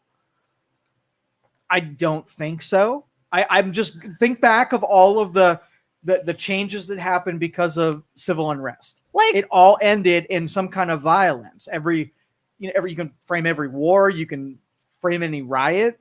Social change happened because of that trauma. One of the most well-known examples in history of defiance is not giving up your seat on a bus. Was there any violence, or was anyone hurt in that act? If you don't connect it with the violence that happened afterwards, right? If it was just the bus, it wouldn't even have been a news article. It might have been a predicate, but the actual fight was what came after that? Two sides that thought they were right, warred, and whichever one won is the one that we're living with right now. So it almost takes an act of violence to be able to get a social change. You would think that, academics would just debate their way into a social change, but I don't see evidence that that's a way to make those kind of progresses happen. Do you think the true martyrs are the people that did the right thing legally in a time of unrest so that something could get changed? Like, for example, if there's a lot of unrest around law enforcement and the power law enforcement has, maybe some members of law enforcement get imprisoned for excessive force or doing something that maybe they didn't do. And then down the road, it's like, well, what do we do? Now we're hypersensitive. We're hyper-focused. We make sure nobody is ever using excessive force. We make sure that there are measures being taken that we can prove that there's no excessive force being used. Then would you say the martyrs were actually those people imprisoned for doing what they were supposed to do? The change wouldn't have happened. There wouldn't have been such an emphasis on making the change. That's what the pressure took in order to make that change. Yeah. Like, the martyr wasn't the rioter that put themselves in harm's way and got hurt. The martyr was the person who got in trouble unnecessarily. Right. Yeah. Or else it would have just been a little news article and nothing would have come out. Nobody would have taken it serious. So if, like, let's just say, this whole illegal versus legal, it's an impasse because it's a gaslighting approach, right? You have people that are not following the law versus people who are following the law, but they're being framed as they're one and the same. Like, I don't have anything against people who are here as legal citizens. I have something against people who break laws. And so long that it's like, there's no violence happening there. That's not a fire you're looking at. This person is just an immigrant. It's all lies. So it's not the same. I don't think it requires violence to achieve it, because what are you trying to achieve? Like, what's the push? It's a fabrication. So if it were an honest thing where everybody could pick their sides and have a war about it, and then you make some kind of change, cool. So let's just say there were innocent people that were immigrants here, and they were being targeted because they were Latino or whatever looking. And so law enforcement was doing the wrong thing, and then say, yeah, go break the laws and put an end to this, and, do some kind of social disobedience, protester disobedience, to enact a change where the law enforcement then follows the rules. But this isn't that. I saw someone post on Facebook recently, don't believe Trump. He's just trying to gaslight everyone and rev people up. And LA is not on fire. And he's saying LA is on fire and blah, blah, blah. And then somebody commented and said, actually, we are seeing videos in the news of burning cars and burning buildings and all these rioters and all this stuff.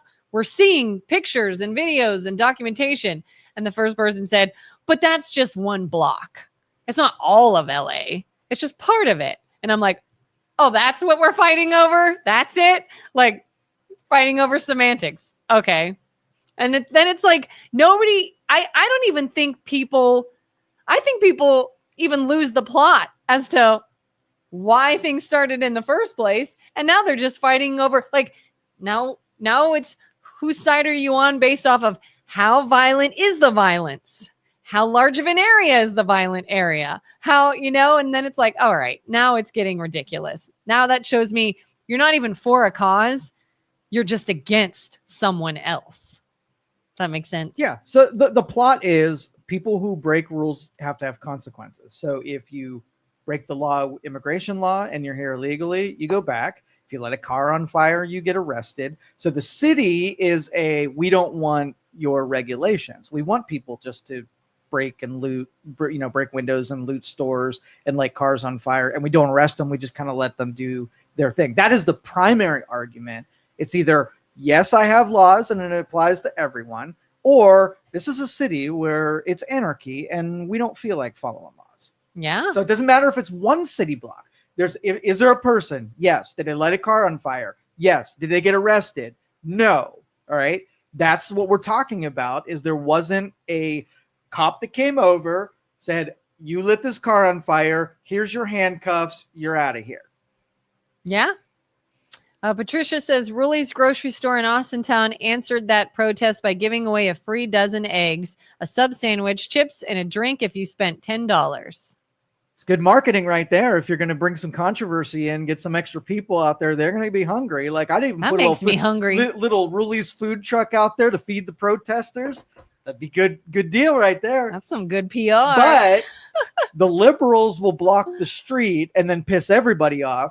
The conservatives will feed them, and then some of those protesters, well, maybe Ruli's not all that bad, unless the sandwiches suck, then that would be. But anyway, so yeah, Ruli is becoming a little bit of a lightning rod, taking on some of these issues that put him in the target. And there's going to be big things. Anybody who takes that, right, and puts themselves there usually climbs up the ladder of influence within government. So I'm really happy that one of my representatives has the stones, right, to put themselves out there like that. That'll be interesting. Do you think it'll go very far? I mean, this is just a proposed thing, or he authored the bill? Yeah, it has not been voted on. Okay. So yeah, this is one in many ways that they're just ramping up the deportation, because not enough or not as many as they suggested have even been deported at this point. Like 1% maybe of the people who are here illegally. So it's not a lot. All of this for 1%? Yeah, I think there was 100,000 people who have been deported of 20 million people that are here. Dang, I thought they had put a bigger dent in it than that. I guess not. No. So it's less than 1%, 0.5%. Any reconciliation you think with Trump and Musk? Yeah, I think it'll be all right. I've heard he sort of walked back. He being Elon sort of walked back his comments, didn't he? Like he was like, said, I was I'm wrong sorry. to say I said that. I went too far, that kind of thing. Yeah. Another interesting thought I had. So when Elon left his position at the White House, I didn't realize, I thought it was just solely my business could be in trouble. I need to go focus on that. I didn't realize his position had a limit. Yes. This sort of term limit. His time there had expired by law. That's all he could stay for. Right. Is there a workaround, do you think, that if a business relationship is sort of severed or terminated, and then later they join again, does like a new clock start? It's a good question. As long as he left after that period of time, he probably could come back. But I don't think it's necessary, because I think getting Doge started, he has those people as part of that department now in there. It doesn't need Elon to go through the same data that any of those advisors or investigators or whatever can do. I think that genie's already out of the bottle. It's already happening. But he can still sort of be in a position that he has influence or insight to sort of work with Trump or affect. Oh, he'll be an things advisor forever if they can play nice again, and Okay. two alpha dogs being able to get along well enough to accomplish some things. That's good. Scott says the smartest people do reconcile for the greater good. Ideally, Yeah. That's sort of like our utopia, where people can have open conversations and not be childish, and smart people. Those two people, I think both of them are very intelligent, but they are both very petty juveniles when it comes to social interaction. Stubborn, big time. And so that's the only thing. And to even get to the point where Elon apologized and Trump accepted his apology, I that was more than I thought was even going to be possible. Yeah. I don't know a whole lot about Elon and his personality.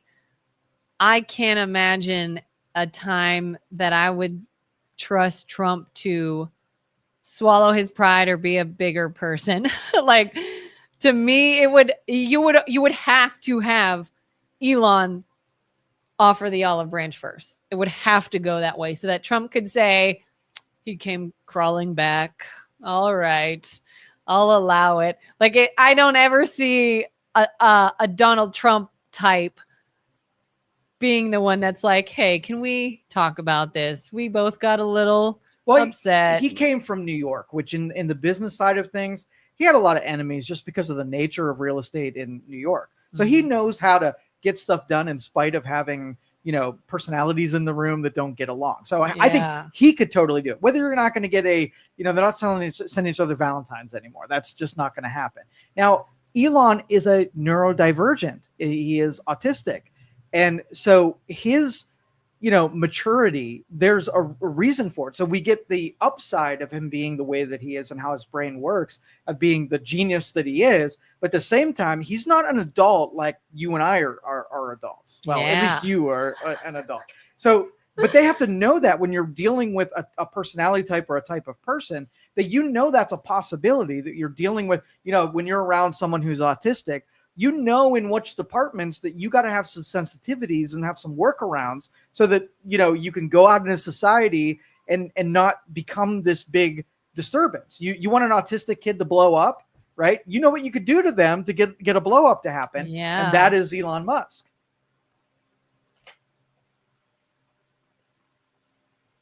Total silent pause. Like, where are you going? My brain is thinking about this idea of where should the greater weight live on the responsibility of, he has an issue, don't trigger that, or this person knows they have an issue, they also need to make sure they're not triggered or they control themselves. I think their mistake was that they went and became buddy friends for whatever reason. Now, if I brought an advisor in that's an accountant, right, the last thing I would talk about is his personal life or anything about his personality. You're there because you are a kick-ass accountant, and that's why you're here. So our conversations would be about an accountant. So if they would have respected the boundaries of what he is really good at, which is, the physics side, the math side, the company running side, and steered away from palling around eating cheeseburgers together, I think that's where they went really wrong. Yeah. And that's something I think a lot of us can relate to. Like, I've been in positions where, I was sort of in a managerial position and became very friendly with some coworkers to the point of you go to lunch together on your lunch breaks, and maybe you hang out after work, or you text each other a lot, and you're all friendly on social media, and you have sort of this friendship brewing. But then something happens in the workplace. It's on you to call them out on it. And you're like, Oh, that's now a it's very, awkward. very dumb thing. Very yeah. dumb. Now And the it's other like, way, oh God, I if can't. something happens on the personal side and it spills over to a person you have to see every day of your life, don't freaking do that. I've been in that too, where I was a coworker with a family member. And it's very difficult when outside of the workplace, things can be one way, but your work styles are very different. Mhm.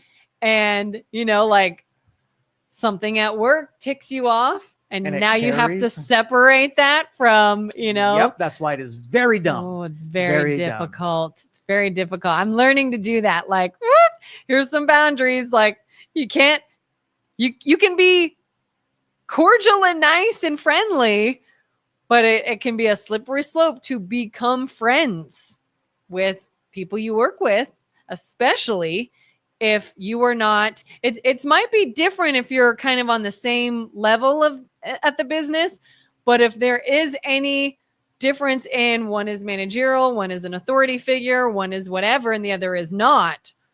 My husband tells me all the time that he feels like he never or he very rarely had friends his entire time in the military, because eventually someone gets a promotion. You are now their superior, and you have to sort of punch them around when need be or be stern with them. And it's like, how do you do that when, like, dude, we were just having beers at your house and now you're giving me a hard time at work, And it's like, yeah, you couldn't do it. You can't be friendly with someone that's above you. In fact, it's not even just awkward. It's not allowed, And so then what do you do? Just never, I guess, ever form that relationship. Well, I think this is a woman's problem to solve, because I think women in the workplace bring relationships and feelings into the workplace. Yeah. And so guys, if you had a relationship with someone and you went and got beers, like, we don't even know each other's first name. We don't care. Like, it's not something we carry personally, but women have all of the feelings that go along with relationships. Yeah. Think of all the problems would be solved if all the women were like, I'm here to do a job. I'm not here to create some kind of social network of people and be friendly with them. Yeah. So women need to come up with that formulation. Yeah, because it almost is like, anytime I've had that situation, it was like I befriended another female. And yeah, it's like you learn about each other and you develop this sort of caring nature. But then when it's time for you to be like, hey, you're screwing up and you need to stop, or you need to do this, or like, now it comes time that I am having to come down on you or tell you what to do about something. And now it's like, well, crap, we don't have that relationship. Guys do not have that issue. Not at all. And it's tough. It's tough to avoid. I've only recently been able to be like, boundary, because I have seen where it's like, oh my God, now I can't get on someone because we were just so friendly and caring to each other. Mistakes were made. Mistakes were made. You gotta. All right, what else? We went all over the board. Sex and politics. What did we get into? Is there any other We sins? even talked about music. So we even talked about sex, drugs, and rock and roll. We did. We are rock stars. Yep. What else? Did you say sins? Yeah. Any other sins we didn't talk about just yet? Well, can't do any that lead into HEALTH. Nope. Nope. So that brings up like 2. We've talked about lust, greed. Talked about. We mentioned movies, and that is a good movie. 7. You've seen that, right? Oh, We've talked about this. Yeah. Oh, that's a good movie. What's your top 5 list of movies? Ones that you've watched more than once? Ones that I've watched more than once. Because this is the most revealing part of someone's personality, when they name the movies that they watch. You can either classify them as adult or somebody that is of high intellect. You can judge them. Oh, no pressure. No. Okay. So what is it? Is it? I've watched Moulin Rouge quite a few times. Okay. I have watched Pretty Woman. I've seen quite a few times. Okay. Primal Fear. Oh, that's a good one. That's such a good one. Primal Fear. I used to be really into scary movies. So things like The Conjuring or Paranormal Activity or things like that, I would probably always watch. Unless I was alone, then I'm not going to watch it alone. It's only recently I have found that I don't know if the horror films amped up now or if I just became more anxious as an adult, but I've had to cool it on the scary movies. I can't take it like I used to.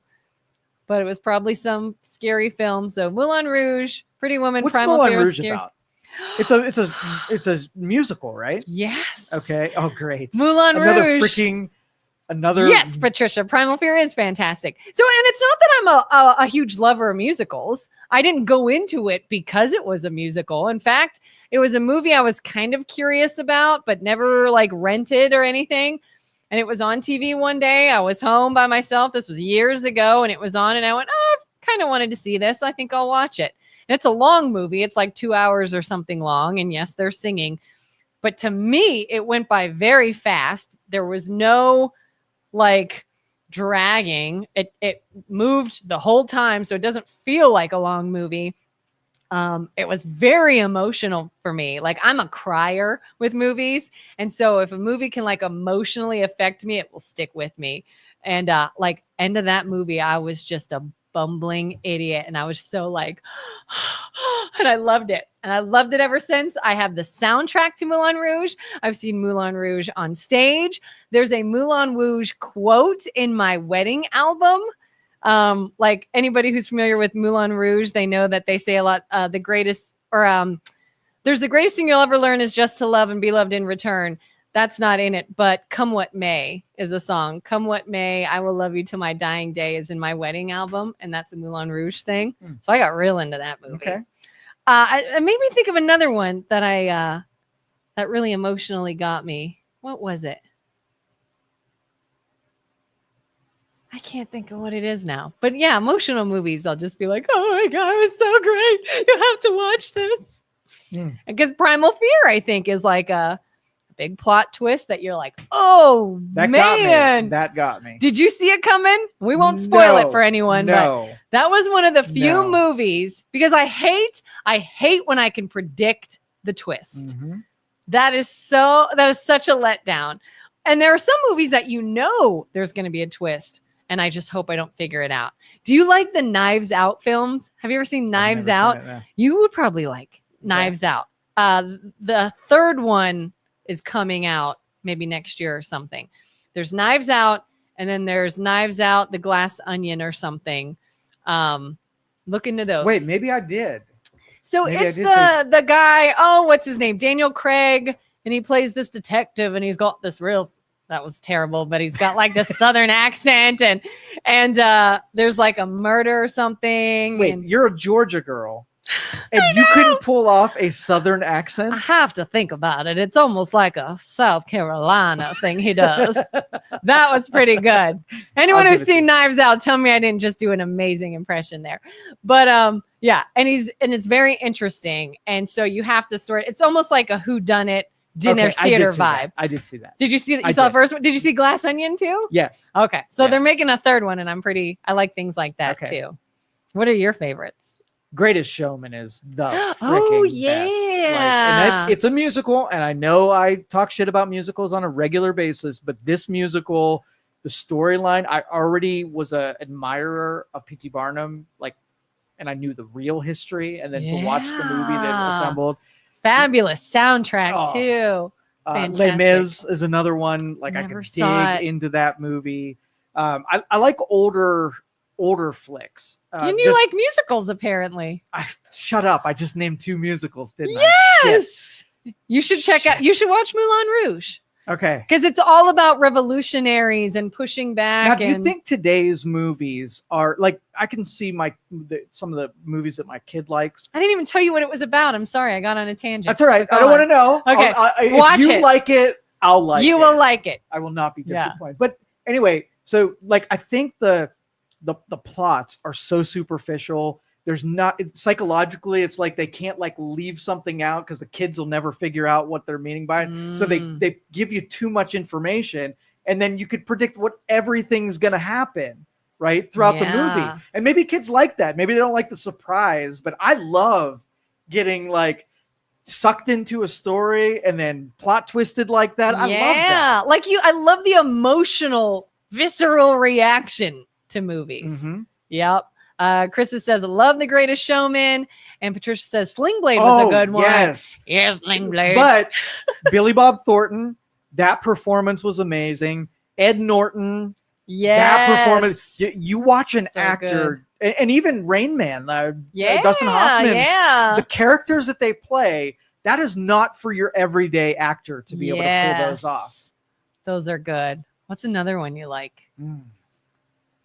Or a good performance? Well, Idiocracy for different reasons, only because I watch it and I love comedies. Like, I know what I was going to tell you. In August, I'm going up to Sandusky for the 30-year anniversary of Tommy Boy. Yes, I haven't even heard of this. Tommy Boy Festival over the weekend, and oh my God, all of the Tommy Boy fanatics like me are going to I love Tommy Boy. Yes, that's another one I've seen 100 times. Is Tommy Boy. Love that Farley Spade combination. Everybody does like fat guy in a little coat. I'm doing the fat guy. That is my. And every time I have a pain, I'm like, God, it really hurts right here. Right here. Not here or here so much, but right here. No, ship shape. Tommy likey. Tommy want wingy. Such a good one. Chris Farley, when he died, I cried. Yeah. Chris Farley, John Candy, I really miss. You know what movie I watched again fairly recently that I think I appreciated more was the movie Signs. M. Night Shyamalan Signs. I liked it more now than I did before, I think. Do you remember that with the aliens? The aliens, and Mel Gibson was in it. I referenced the water thing and I get like those. If the artists that write these things weave something in there, like an underlying message, like I love that when it's a little bit. Like for me, Signs, I didn't love it because of the sci-fi alien nature. I loved it because of the things happen for a reason nature. I love that. Oh, that was another one where the ending just crying and feeling some kind of way. I loved it. Yep. I loved it. Krista says from 5 to 7 p.m. we watch Disney princess movies. From 8 to 11 we watch all the sports, especially baseball movies. Favorite sports movie. Oh God, I liked the Major League movies. Okay, like Wild Thing coming out.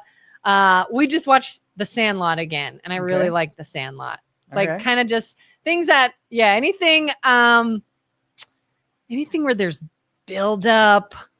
Field of Dreams was pretty dang good too. You know, I have to rewatch that. I do not think I've ever watched the whole movie of Field of Dreams.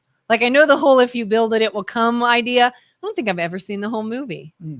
A League of Their Own. I'll watch Moulin Rouge. You watch Field of Dreams. Okay. Then you have let's see, Tin Cup.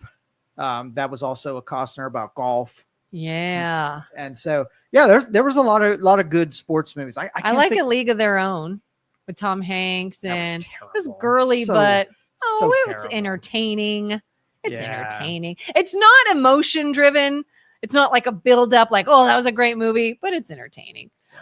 My husband and I were just saying too, we need to rewatch The Matrix because it's been so long since I've seen it. I think I was too young to really know what was going on in the movie. I want to watch it again, especially knowing you now and what we talk about. Like, I got to rewatch it again. I think I'll appreciate it. I watch that about every month. I'll do the Matrix marathon. Yes. First one. I don't go into the sequels. Yeah, I've only ever seen the first one. I haven't seen any of the others. And I remember very little about it. So I got to watch it again.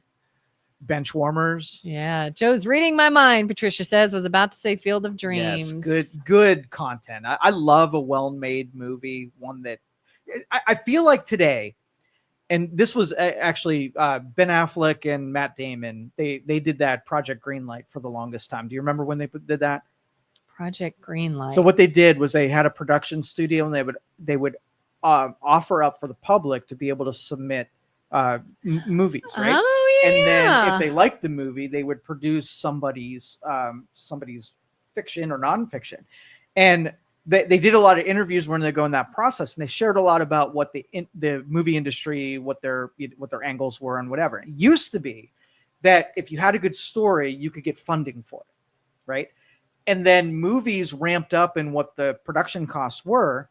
And now when they get a green light for a movie, it has to be an assured success. So what do? They take the canned movies, like the template that always works, big actor, Marvel movie, action flick, and they put those together. And that's why it feels like every movie is just like every other movie, because your independent, high intellect movies, good storylines won't ever get greenlit. They're dead to us now. So then you get like Napoleon Dynamite being uber popular. It's such a shame that things like I watched it and I like it. And somebody, but I like it to because it's stupid. Yeah. What's Billy Madison, and what's the golf one? Oh, Happy Gilmore. Happy Gilmore. There's a second one coming out in July. Yes. And so I like it, but I know that people who like really good movies would point to those ones and say that's dumbness too. Like there are movies that I have on just to have on. I've seen Step Brothers probably 1,000 times and I like it, and Wedding Crashers and other Vince Vaughn things. Those are movies where it's like I'm not uber paying attention, have it on in the background, I've seen it. But then things like Moulin Rouge, you got to give it a chance. It's going to start off and you're going to be like, this is silly. And you get into it.